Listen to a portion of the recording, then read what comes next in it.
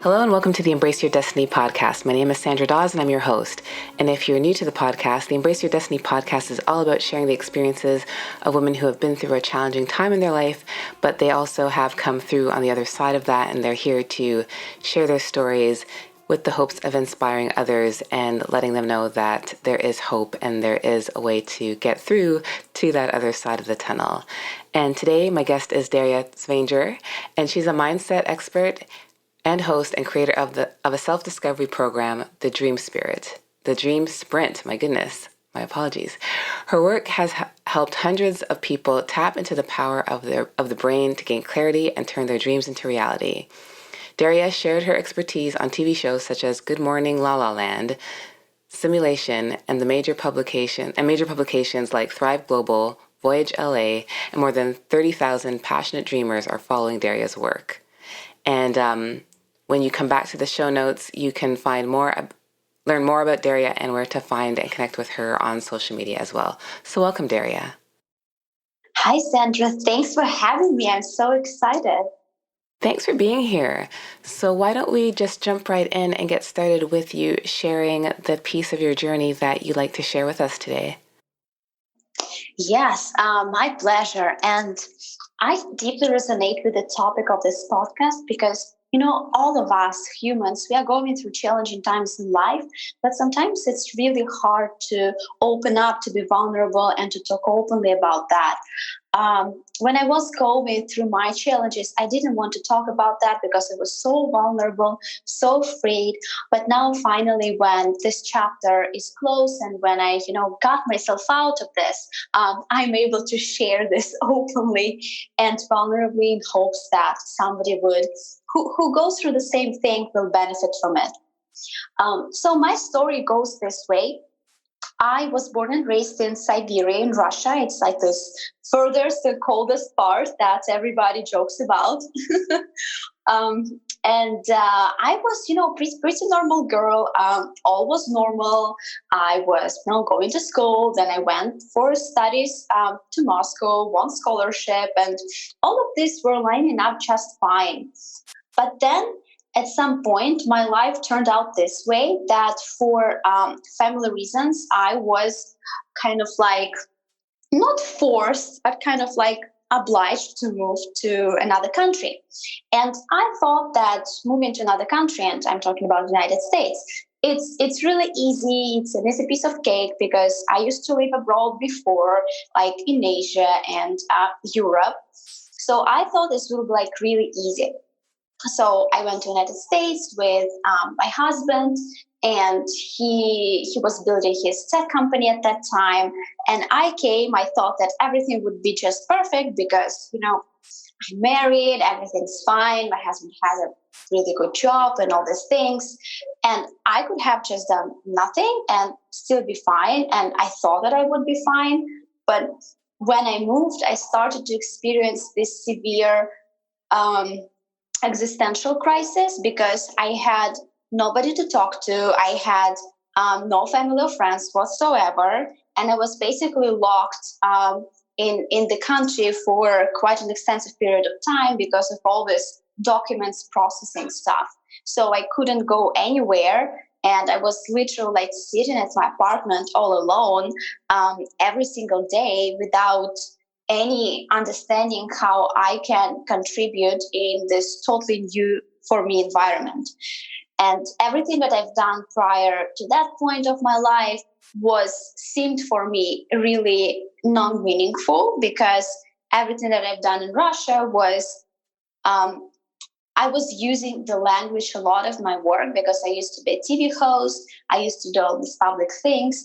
But when I moved to the United States, my English was not so good. And I felt really, really unconfident to pursue anything.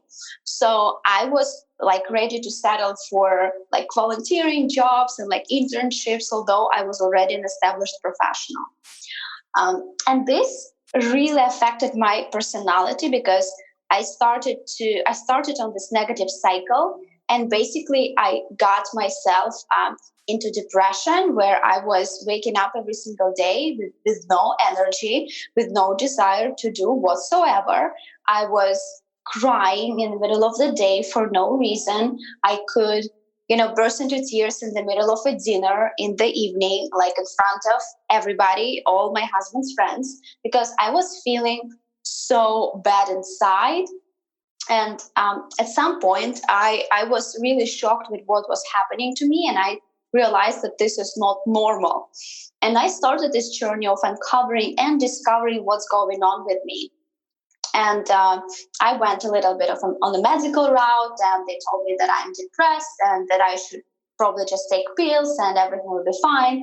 But I knew that this is not even an option, because from the background where I'm coming, my mother is functional medicine doctor back in Russia. So I didn't even have this option in my mind to take pills for anything, basically, because I understood that it would really damage my system, these foreign chemicals.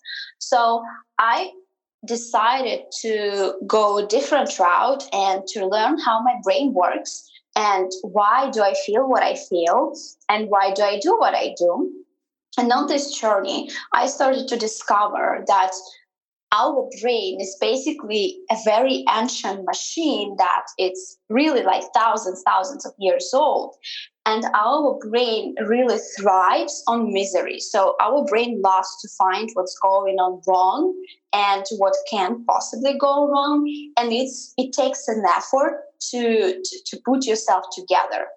And because I had circumstances that negatively affected my sense of identity, my self-identification, then, and I didn't have any tools to cope with that, I got myself into this very, very dark place. So on this journey, I started to use tools that helped me to understand how my emotions are produced. Why do I feel the way I feel? And all in all, I met people who were in the same exact position. Basically, when we as humans, we are going through different life transitions.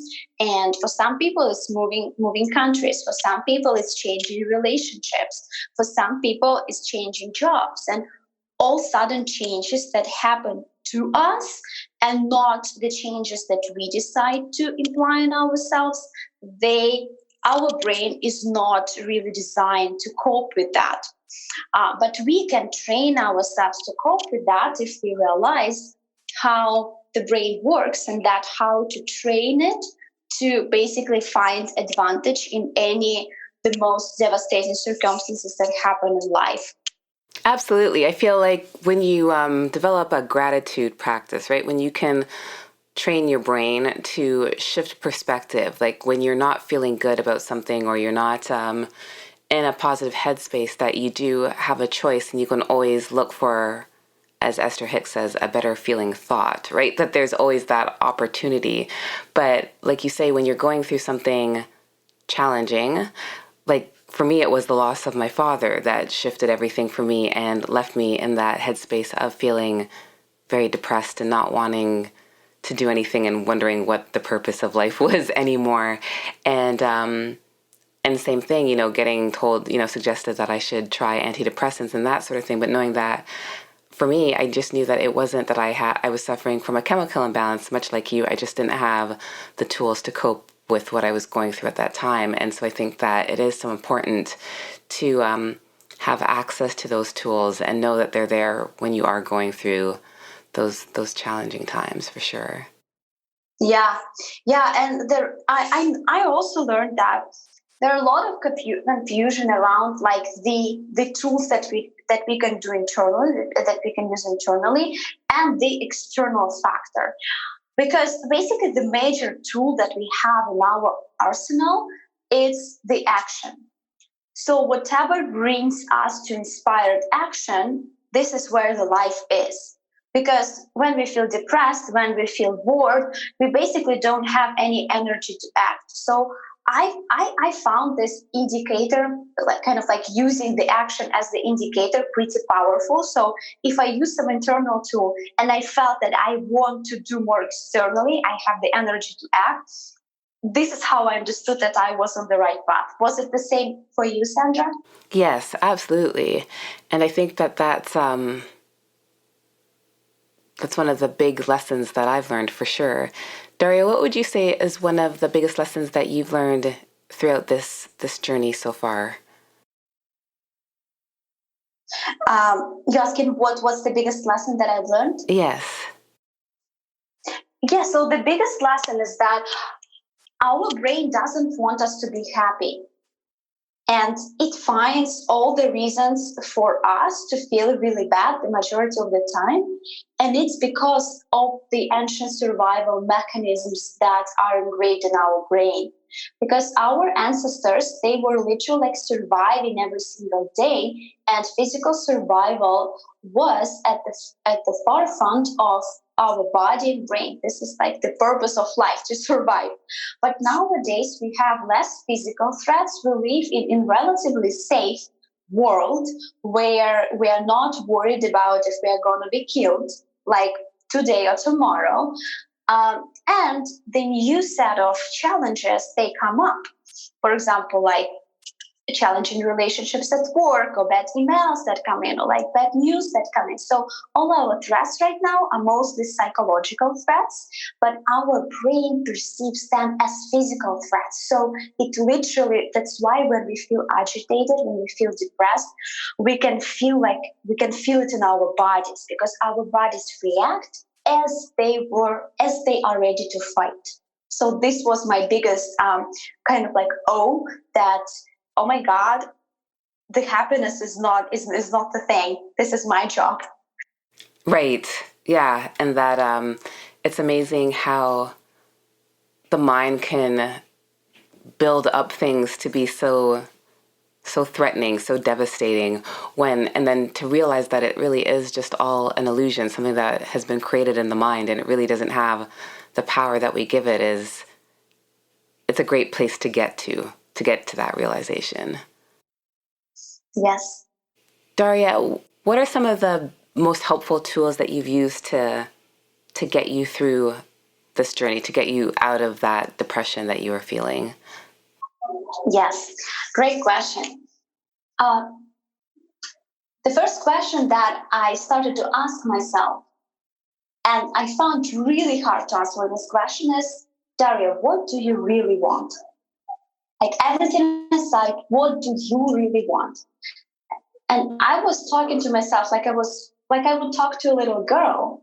And I saw this child within me, which, had the dreams and aspirations. And at some point in life, adult life came, and I basically gave up on these things. And this question literally, it brought me alive. But I couldn't find the answer right from the beginning. That's why I went deeper, and in order to see, kind of like, imagine that your truth is kind of like the diamond within the rock. So in order to find this diamond and to see this, you should peel these layers of rock in order to understand that it's there, and to see what form is it, what color is it, and all of these features. So I was cutting these layers of stones that I don't need, that were on top of me. And I was doing this by figuring out what I was most afraid of, figuring out what do I believe in, and why should I believe it, and is this a beneficial for me to believe this thing? So basically, I used the cognitive behavioral therapy technique of questioning every single thought that I had, literally writing it down and questioning it like I would question somebody else who were foreign to me. And it took time, but it helped me a lot, first of all, to deassociate myself from the thoughts that I had and relate to them not as I would relate to myself, but as I would relate to something else outside myself. Right. And I feel like you're reminding me a lot of A Course in Miracles. I'm not sure if you're familiar with A Course in Miracles, but I feel like the 365 lessons that are part of the book are really all about helping you to rewire your mind and realize that you are not your thoughts, and that there is that separation, and what that can mean for your life when you choose to take that step back and not feel that association to your thoughts and the things that you're seeing and experiencing. Yeah, I haven't read The Course in Miracles. I definitely heard about this book. And what I essentially find, like, the more I go, because I love kind of like bridge spiritual world and science world, because science is now at the place where it can explain a lot of things. And because I have really developed logical part of my brain, I need the proof in order to resonate with concepts. So I think the formula for a happy life, it's one. It's the same, kind of like the God, the universe, it's one, but just the form that it takes, it's different, and different form resonates with different people. But we all basically meet each other at one place. Yes, absolutely. Daria, what advice would you give to somebody who is going through something similar in their own life? Whether it's that they did just move to a new country, or they're going through something else that has left them wondering what their real purpose is and where they go from here. Yeah. My first advice is, do not worry about what your purpose is. I find this really confusing to see all these messages: find your passion, follow your passion, do what you love. But sometimes we really have to do boring things, and we really have to do what we have to do. It's not just, unicorns and roses in life. And it's fine. Like, if something is boring and not interesting and not inspiring, but you still have to do this, let's flip the table and actually not doing what you love, but love what you do. Flip the model. And if you have to do something, love this. Because at the end of the day, anything, it doesn't have a lot of difference, because we humans, we live on this planet for like 100 years, something max, and then, but the planet exists like for billions of years. So, and there are billions of stars in our universe, and sun is just one star. And so I'm sure that there is so much life outside our universe, and even outside Milky Way galaxy. So if we think about it this way, if we are literally like a little thing in the universe, and it's like all the things that do not matter a lot, they matter in our body, in our brain, but at the same time, there is no reason to put such a pressure on ourselves. There is no reason to do that. And when you kind of like zoom out, and I love to imagine how like I am as my soul or my spirit or whatever, how I'm zooming out from our planet, and I start to see other planets, and I start to see, other celestial systems. And in this moment, I realize that whatever I'm worried about, it doesn't make sense. Nothing would majorly change. The universe, will have its cycles, and it would still be.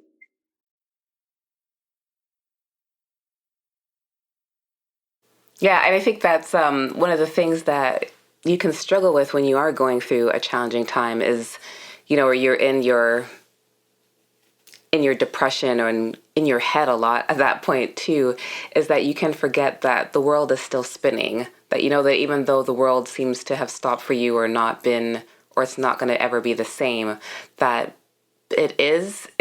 It's just that it's just a different experience for you as an individual. And I think that that's sometimes where we struggle when we're going through those dark times. Yes, this is very true. Daria, any other final thoughts that you'd like to share with our listeners? Yes. My major, not advice, but like wish for you is to don't take yourself seriously. So healthy humor and healthy irony in life really helps to go through challenging times. And putting things into perspective also helps. And please know that you are, as a human being, you are already enough. And it doesn't matter if you build $1 billion company or if you're not, all these things that you measure yourself upon, they do not matter as much. But what matters is how you feel inside yourself. So whatever you do on the outside, it also matters a lot, but only to the extent of how you feel on the inside. And please ask yourself, what do you want? And find the spark. And it's not about, finding the passion and following it. It's like, what do you want? Not only from work, but what do you want from your habits? What do you want from your relationships? What do you want from your contribution to society? So think about the spheres of life that you have and ask, what do you want? And the more you ask yourself this question, the more you put yourself in the position of responsibility and choice, because you always have, like, happy people are responsible people. They are responsible for their happiness. They are not going into the victim realm where they blame everything around themselves. So catch yourself, what role are you playing into your life, take responsibility, and do whatever you can with the resources you have. I think that's really good advice. Thank you for that. Thank you. So for our listeners, if you are looking to learn more about Daria and the other places that you can find her on social media, as well as to learn more about what she's up to and the different programs that she offers, you can find those in the show notes. And Daria, again, thank you so much for your time. Thank you so much. To my listeners, we will see you in a couple weeks. Take care.